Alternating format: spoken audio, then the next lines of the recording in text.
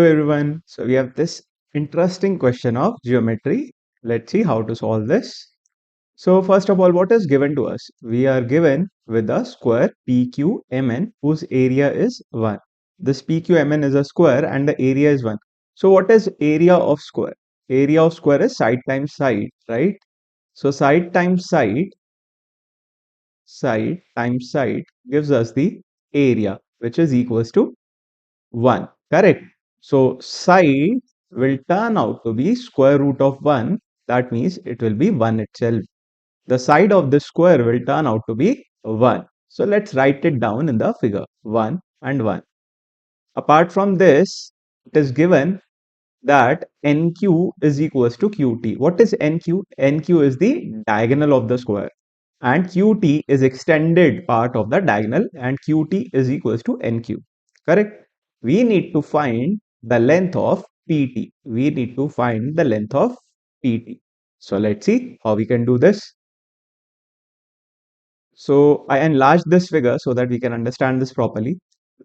NQ is equals to QT, and as I told you previously, the side length of the square will be 1, correct? So these side lengths are 1. Now I'll be doing some construction work that will be useful for us. Please see what I am doing. Let me write this one properly. So once I have done the construction, I think you'll be able to solve the question. So let me do the construction part.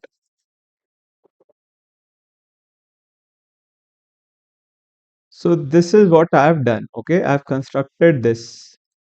I have extended the side of the square PQ and I have drawn a perpendicular from point T on this extended line. Okay, so let me name this as let it be X. Okay, let it be X. So these two are perpendicular. I have drawn this. Now first of all, let's find the length of the diagonal. Diagonal NQ. Okay, diagonal NQ is nothing but side times root 2. This is the diagonal of any square. So that means NQ will turn out to be 1 times root 2, or we can simply write root 2. Root 2 is the length of NQ.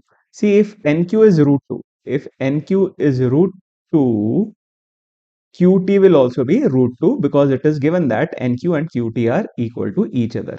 Correct? Now, please look at right triangle. Right triangle TXP. Okay, we'll be applying Pythagoras theorem here. We'll be applying Pythagoras theorem over here. Fine. So let's apply Pythagoras theorem.